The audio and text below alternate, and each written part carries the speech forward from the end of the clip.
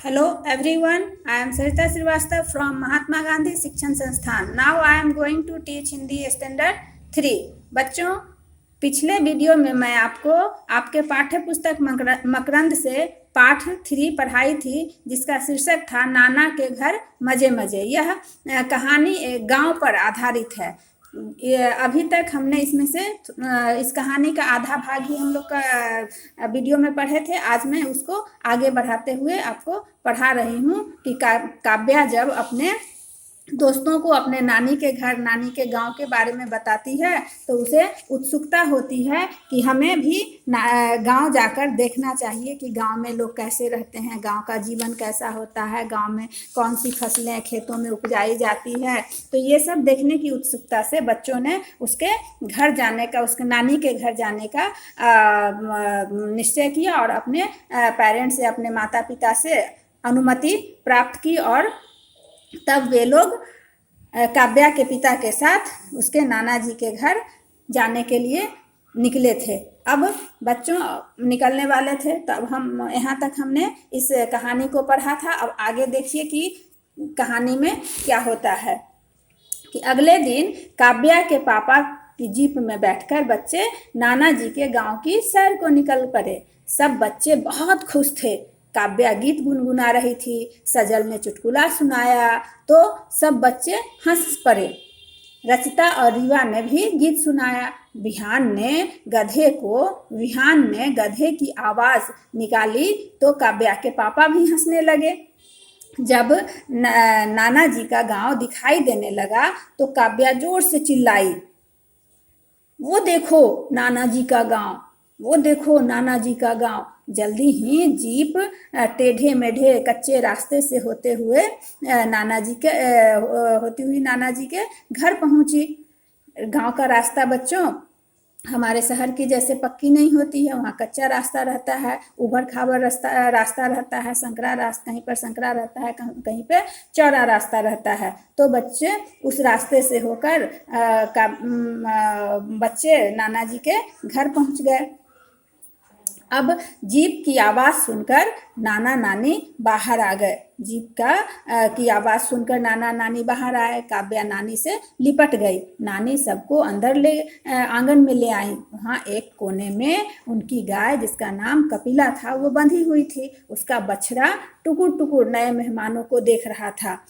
वहाँ काव्या दौड़कर गई और उस बछड़े को प्यार से सहलाने लगी। काव्या को देख कपिला ने भी अपनेपन से गर्दन हिलाया। बच्चों, जितनी स्नेह की आवश्यकता मनुष्य को होती है, बच्चों को होती है, उसी तरह से उतने ही स्नेह हम जानवरों को भी देंगे तो जानवर भी हमारे लिए उतना ही स्नेह अपनापन दिखलाते हैं।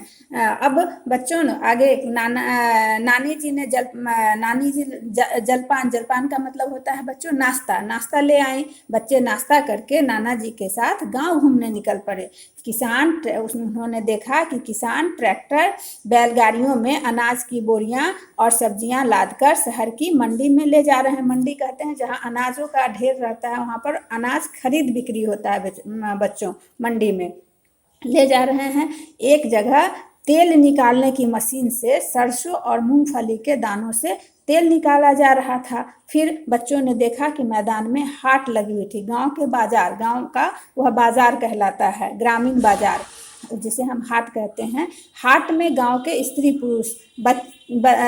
पुरुष बच्चे तरह तरह की चीजें खरीद रहे थे।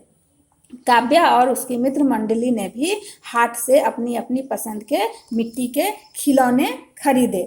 मिट्टी से बहुत सारे खिलौने आपने भी देखा होगा, मिट्टी के खिलौने। तो मिट्टी के खिलौने बहुत सुंदर सुंदर होती है, तो बच्चों ने उसे खरीदा। फिर उन्होंने हाट से ही उन्हें खेत दिखाई दिया। अब सब बच्चे खेतों में जा पहुँचे। खेतों में तरह तरह की फसलें और सब्जियां लगी हुई थी। खेत के किनारे ही आम के पेड़ों का बाग लगा हुआ था। नाना जी ने एक किसान से पूछकर सब बच्चों को पेड़ से तोड़कर पके हुए मीठे मीठे आम खिलाए। बच्चों, पेड़ का पका हुआ आम का मज़ा ही कुछ अलग होता है। शायद आप भी खाए ही होंगे पेड़ से पके हुए आम। उसके बाद बच्चों ने ये आलू के खेत में गए। वहाँ देखा उसने कि आलू जमीन के नीचे फलता है। नाना जी ने आलू का पौधा उखाड़ कर बच्चों को दिखाया। पौधे की जड़ों में बहुत सारे आलू लगे थे। अब बच्चों को पता चल गया कि आलू भी मूंगफली की तरह ही जड़ों में लगते हैं। इसलिए हम आलू को क्या कहते हैं, तना कहते हैं। स्टेम कहा जाता है, जो साइंस में आप पढ़ते हो। विहान टमाटर के पौधों से टमाटर तोड़कर खाना चाहता था। दादाजी ने खेत के मालिक से पूछा, और वो जब खेत के मालिक ने उसे इजाज़त दे दी तो वे लोग टमाटर खाए, मूंगफलियां भी उखाड़ कर खाए।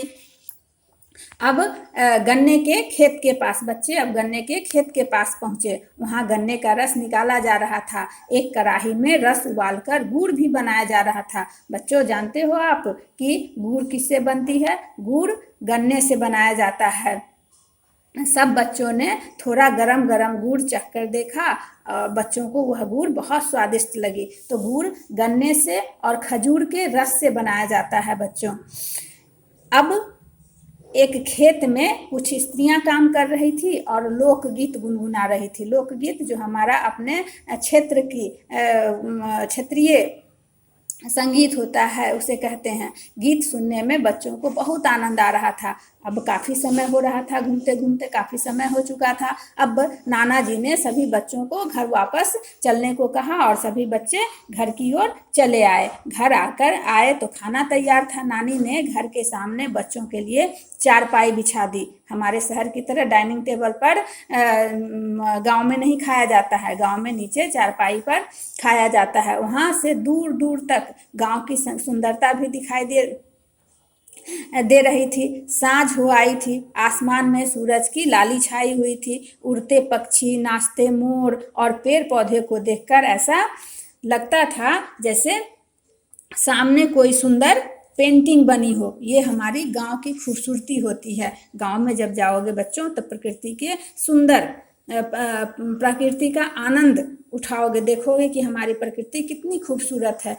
शहर में तो हमें हर जगह प्रदूषित वातावरण, प्रदूषित वायु का सेवन करना पड़ता है, लेकिन गांव में ऐसा नहीं है बच्चों। गांव में प्रदूषण रहित वातावरण होता है, जिसमें हमें बहुत आनंद आता है। बच्चे गांव की सुंदरता को देखकर देखते रह गए। मंद मंद शीतल हवा और फूलों की महक से बच्चों का मन आनंद से भर गया। बच्चे बहुत खुश हुए। अब नानी ने खाने के लिए तरह तरह की स्वादिष्ट चीज़ें बना रखी थी। गर्मा गर्म पूरियाँ, कचौड़ियाँ, बेसन की पकौड़ियाँ, कच्चे आम की चटनी, आलू मटर टमाटर की चटपटी सब्जी बनाई थी नानी। अब बच्चे खूब चटकारे ले लेकर खाए, क्योंकि उनका मनपसंद खाना था और स्वादिष्ट भी खाना था। गांव में जो भी चीज़ें मिलती हैं बच्चों, वे सब फ्रेश ताज़ी रहती हैं और स्वादिष्ट होती हैं। नरम नरम मीठे गुलगुले रचिता और सजल को बहुत पसंद आए। नानी ने मेवों की खीर भी बनाई थी। बच्चे मज़े मज़े से खाते जा रहे थे और प्रकृति का आनंद भी ले रहे थे। स्वाद स्वाद में बच्चों ने खूब खाया। नानी ने भी उन्हें बड़े लाड प्यार से खिलाया। अब खाने के बाद काव्या के पिताजी बच्चों को वापस चलने के लिए कहा। बच्चों का तो मन नहीं था कि हम जाएं, लौटें यहाँ से, बट अगले दिन स्कूल भी तो जाना था। इसलिए सबने नाना नानी से विदा ली। नाना नानी की आंखें नम हो गई थी। उन्हें विदा करते समय बच्चों से इतने घुल मिल गए थे कि उन्हें बच्चों से बिछुड़ने का गम हो रहा था, दुख हो रहा था। सब बच्चों ने उन्हें प्रणाम किया और जीप में वापस चल दिए। रास्ते भर बच्चे यही गाते रहे, नाना के घर मजे मजे, नाना के घर मजे मजे। तो बच्चों, आज ये कहानी आपने सुना कि गांव कैसा होता है, गांव में क्या सब मिलते हैं। तो अब हम अगले वीडियो में इस पाठ का प्रश्न उत्तर पढ़ेंगे। तब तक के लिए धन्यवाद।